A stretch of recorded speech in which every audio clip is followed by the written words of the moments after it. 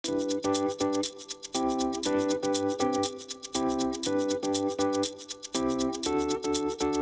dolannya.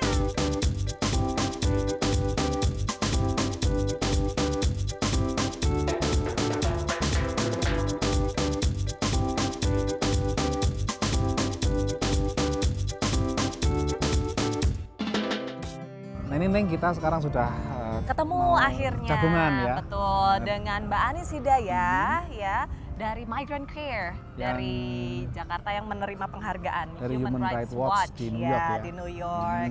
Ini bagaimana Mbak rasanya? Ya terharu ya, karena ini kan apa yang kita lakukan selama ini diakui gitu ya. Dan di sini, sementara di Indonesia saya melihat bahwa pemerintah kita misalnya abai terhadap bagaimana peran masyarakat sipil selama ini untuk perlindungan TKI gitu.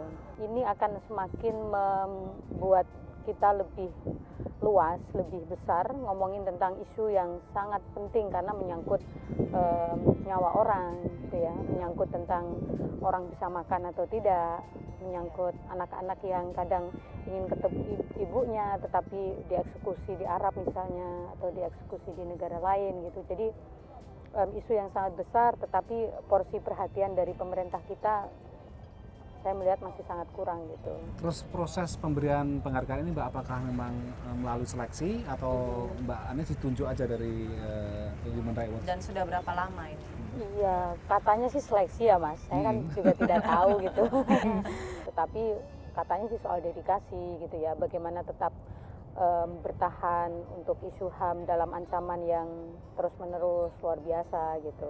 Terus ini kembali ke isu masalah TKI Mbak, apakah emang kan ada usul bahwa ada yang sebaiknya di stop aja karena itu benar-benar menjual harga diri bangsa, tapi di sisi lain juga ada tekanan ekonomi dan sosial di dalam negeri bahwa dan akhirnya kabarnya, harus pergi mencari kerjaan ya di kabarnya Arab ini itu. lagi stop ya, lagi vakum tahun ini. Itu complicated ya. Satu sisi konstitusi kita menjamin orang untuk bekerja Dimanapun dan keluar negeri alternatif gitu. Tetapi di sisi lain memang pemerintah tidak bisa terus-menerus membiarkan praktek-praktek pelanggaran HAM seperti di Arab, di Malaysia gitu. Maka kenapa sejak 2 tahun yang lalu Indonesia sudah menyetop ke Malaysia, tetapi memang itu temporary gitu ya, sementara. Ke Arab juga sejak 1 Agustus lalu juga sudah di stop gitu. Tetapi kemudian memang ini bukan solusi yang bagus ya, karena orang tetap butuh makan, kemiskinan di Indonesia luar biasa, nggak ada kesempatan kerja, ini juga harus dipikir gitu. Jadi menurut Mbak Anis memang sebaiknya tidak di stop, tapi juga kalau pun tidak stop itu harus ada Tindak lanjut mekanisme dari perlindungan dari pemerintah Betul, gitu. betul. Berupa apa itu Mbak? Nah sekarang di DPR itu kan sedang berlangsung pembahasan revisi undang-undang tentang TKI gitu. Sejak 2 tahun yang lalu sebenarnya, tapi baru-baru ini tuh mulai lebih gencar lagi. Karena bunyi undang-undangnya sebelumnya kan mengirim orang gitu, bukan bagaimana melindungi orang gitu. Tidak ada ya. Jadi itu yang kita harapkan.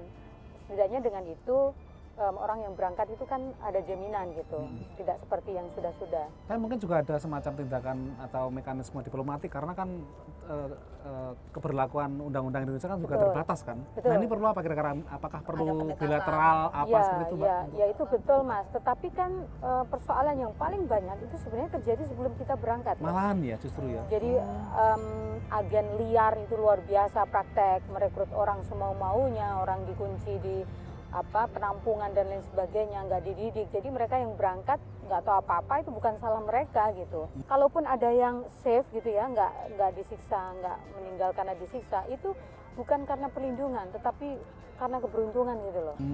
Karena agennya semau-maunya, pemerintah ngawasinya nggak benar gitu. Tapi di sisi lain memang diperlukan diplomasi yang kuat. Sampai ada puluhan TKI di Arab yang terancam hukuman pancung. Apakah memang benar-benar ini tidak bisa dicegah atau memang tidak ada intervensi seketika itu gitu?